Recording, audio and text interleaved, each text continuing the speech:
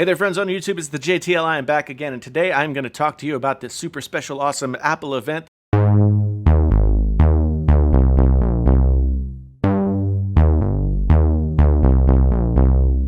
What they had? Apple Watches, and they had all kinds of other fancy stuff. And so, there was lots of other stuff. But let's, iOS 10, all that stuff, everything, education, yada, yada, yada. It was all great. I mean, Apple, here's what Apple does. They put on a show.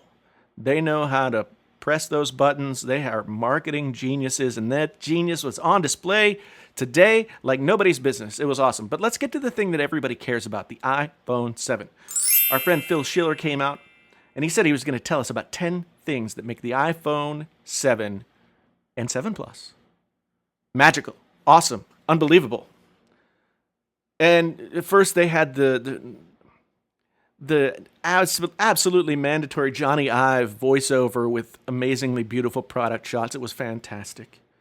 And so what that whole little video montage showed us was the new color, well, or lack of color. If you believe, as is actually factually true, that black is not a color, it is the absence of color, then they had two new black colors. Let's see. Black, which is a matte finish. And they had jet black, which is all shiny. And they put it in magnet water. Magnet water to make it shiny. Anyway, I'm really curious to see how much it scratches up in the first week. If it doesn't, yay Apple. I'm excited. But if it does, that's what I expect. They got a new home button that is not a button. It is like a capacitive thingy with a haptic engine in there that shakes like it's a button, but it's not a button. And they're letting people develop new things for it to do. That's awesome. That was number 2. Number 3, it's water and dust resistant. IP67, not 68. The Galaxy Note 7 has 68. But iPhone has IP67, which means that you can put it in water and it won't die. They didn't say if the speakers eject water like the watch. Maybe it does. They got. I mean, honestly, okay. This is where I started to get impressed. Number 4, the camera. The camera, pretty darn exciting. I mean, it's got OIS in every one of the iPhone 7 phones, not just the Plus model, but every one of them. It's got a f1.8. 6-element lens. F1.8 is pretty darn good. Honestly, it's got 12 megapixels with new flash. It's got a new flash, 4 LEDs that are doing some flashy magic. I never use the flash on my phone. Do you? I don't like the flash. I don't like any flash. Flicker sensor. So if you have lights that are out of sync with your camera, for electrical cycling or whatever, it gets rid of that flickering. Let's see, what else?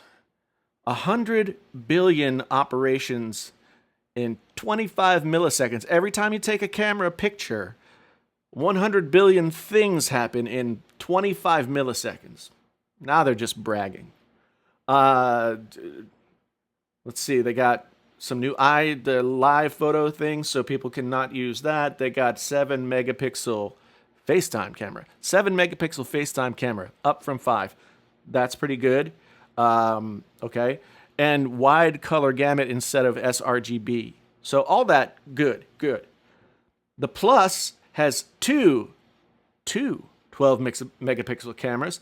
It has one that's wide angle and one that's telephoto, 56 millimeter telephoto lens, 10 times zoom. 2 times is optical and the rest is software, but it looked pretty good.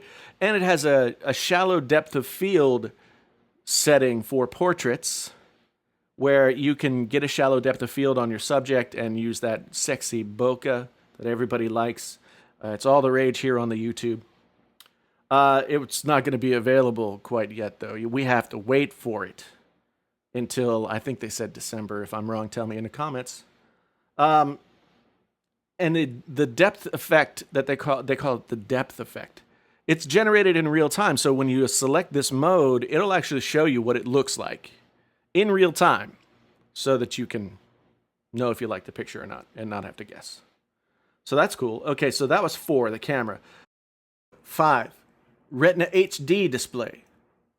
They didn't give any specs that I remember, but Retina HD display. And, you know, even though Apple hasn't had 4K displays like some people, but they do have one of the best looking screens I've ever, even the SE. The iPhone SE, I think the screen looks great. I'm no screen snob. Actually, I am a screen snob when it comes to TVs. When it comes to phones, it's so close, it don't matter. So that's a Retina HD display. That's all I have written down here. 6, audio. Now we get into audio. And this is what I love. This is what I care about. So stereo speakers. I don't think anybody actually saw that coming. Stereo speakers. They got a speaker up here. They got a speaker down here. Now, they're not front firing, but they are speakers on both ends. So that's good. Apple's not done that before, at least not in that way.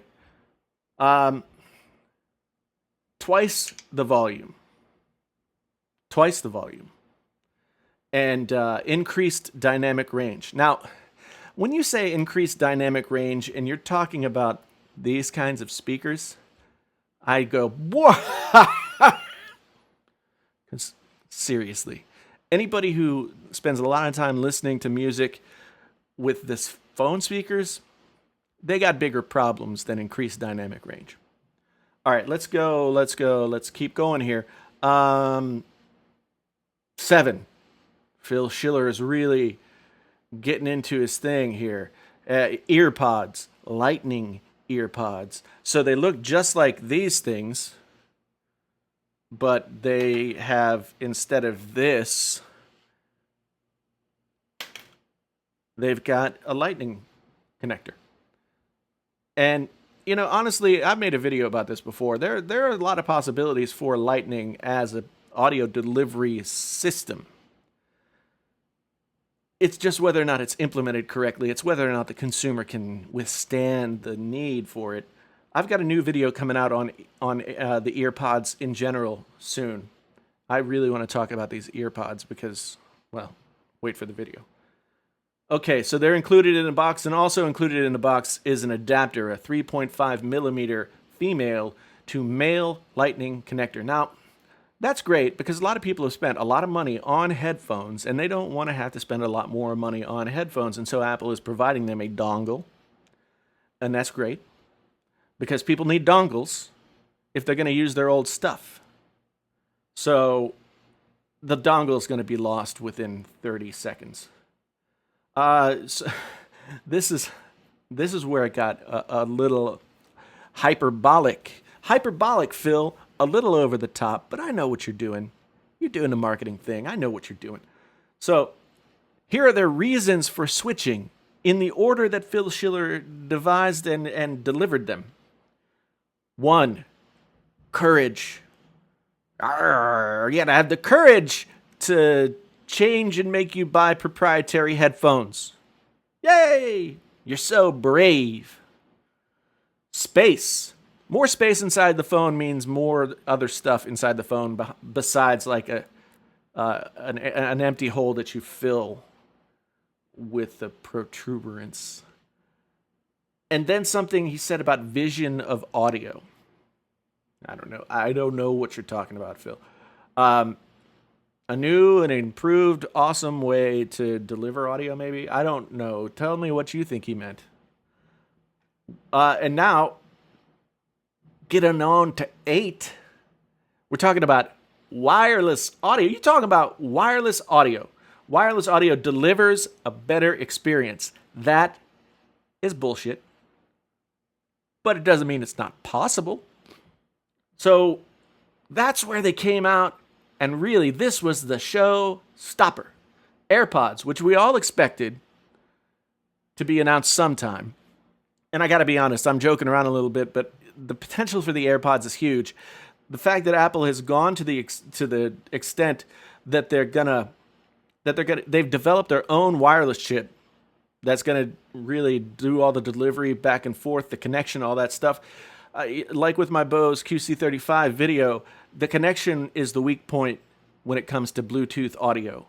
And, well, it's the first weak point. It's the one that's most important when you can't keep a connection. And so they've got this new W1 chip, they call it, that's going to handle all that stuff.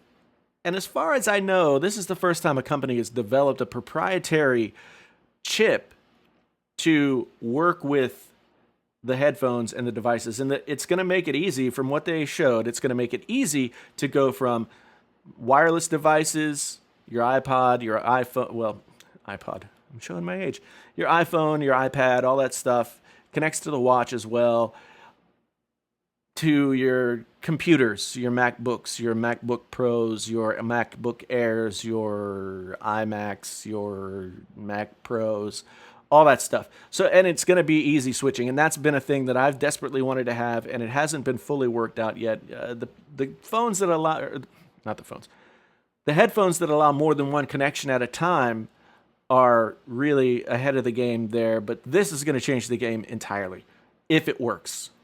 So you get a little case that's actually smaller than this, which the current earpods come in, and the case is actually a charger, and it carries a battery that has 24 hours more charge than the 5 hours of charge that come on the earpods themselves. So they have a battery that will provide 5 hours, and then the case will provide 24 more hours, and then you can charge the case and the earpods by plugging them in. So, like I have written down here, wow, it would be a game changer if it works. And I have down here, magical. Magical. And the reason I wrote that was because it was the first time that anybody from Apple during the whole event said magical. And it's like a drinking game. Not a very good one, though, if you have to wait an hour and a half before you can drink the first time. So, yeah, and there are also, everybody rejoice, new Beats that are going to use this same technology. Actually, I'm kind of excited to hear those new Beats. They got the Beats Solo 3 that has the W1 chip, the Beats X, which are supposed to be cheap and or more reasonable. I don't know. And then,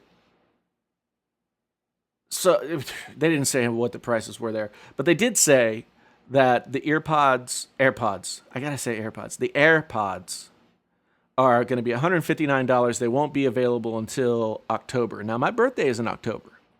October 25th, to be exact. So if you're looking to get me something for my birthday, you can get me some AirPods. I just made my own right now, and they are magical. I even have a microphone. But, yeah, if you're looking to get me a birthday present, AirPods. That'd be great. And then it's all just kind of like, number 9 is Apple Pay. Apple Pay is going to be in Japan. Apple Pay is going to be better. I don't know. I don't use Apple Pay because I'm an old person and I'm afraid. Let's see. Number 10 is, again, where it started to get big. Performance. They got this A10 Fusion chip. They never said what Fusion means. It's 4 cores, though. It's got one high-performance core, which is 40% faster than the current A9 chip. It's 120 times faster. 120 times faster than the original iPhone, and then they've got some power efficient chips that are also in there, or cores that are also in there. So the graphics are 50% faster than the A9, and the thing that this allows is for more pro applications to be used. Like they showed a little demo of Lightroom on an iPhone, which, I mean, could be useful. Battery, longest ever in an iPhone. They kept saying over and over again, this is the best iPhone we've ever made. And I just kept thinking to myself when they said it, are you going to make a worse iPhone than you've ever made?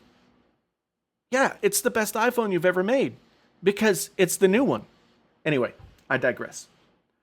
So, honestly, it sounds really good. It talks about battery because they have the efficiency cores, they have the high power cores. Battery is going to be about 2 hours longer on the 7 and an hour longer on the 7 Plus, which is great. And then they announced the new price structures. 32, 128, and 256 gigabytes, still maintaining for the 7 the same price structure that starts at $649. For the 7 Plus, starts at $769, so $20 more, but still 32, 128, 256. The special black ones, like the jet black, I believe, only comes in 128 or 256. You can start ordering them on September 9th, and they start shipping on September 16th.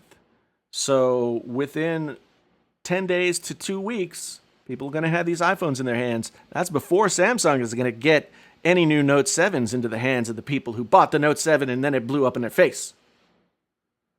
But honestly, I mean, the experience of writing these notes on this phone was pretty cool. So what didn't we hear?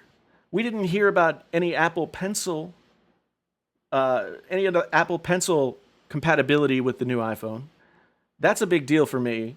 Might not be a big deal for other people, but I'm a writer. I like to take notes, and notes, it's a note. So I take notes. How do I feel about the whole thing? Honestly, I need more time because Apple does such a good job of stroking you in your pleasure places in their marketing stuff that it's really difficult to sort of come down off of that and be objective. I'm excited. I'm excited for the iPhone 7. I really am. I really like Apple products. I don't like what Apple has been doing in their business model and in their product structures and everything else. But the iPhone is a great phone. iOS is a great operating system. The more they integrate all the different things, the computers, the mobile devices, etc., it's a more and more compelling experience. There's a lot to like. The iPhone 7 looks beautiful, even though it still looks kind of the same. And most likely, I'm going to trade this to get one. So, cool. Good for you, Apple. I'm cautiously optimistic about the changes you're making in audio. But I do want everyone to, again, understand that by going from a universal plug to a proprietary plug, Apple is widening the gap between the haves and have-nots. I can afford to go out and buy new headphones. Other people can't. You could argue whether or not other people can afford to buy iPhones. But Apple is making a conscious decision to widen the gap between haves and have-nots, to cut the line between this end of the spectrum and that. And they're trying to make that gap wider and wider. I don't feel good about that.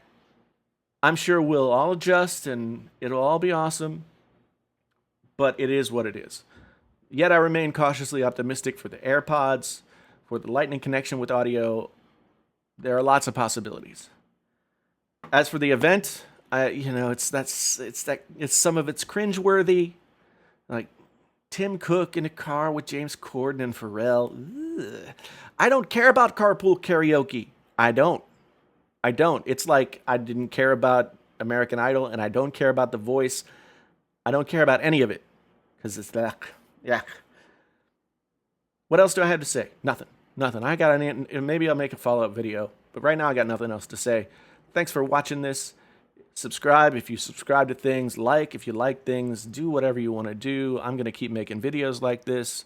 Thank you for watching, and until the next time, this is the JTL, and I'm out.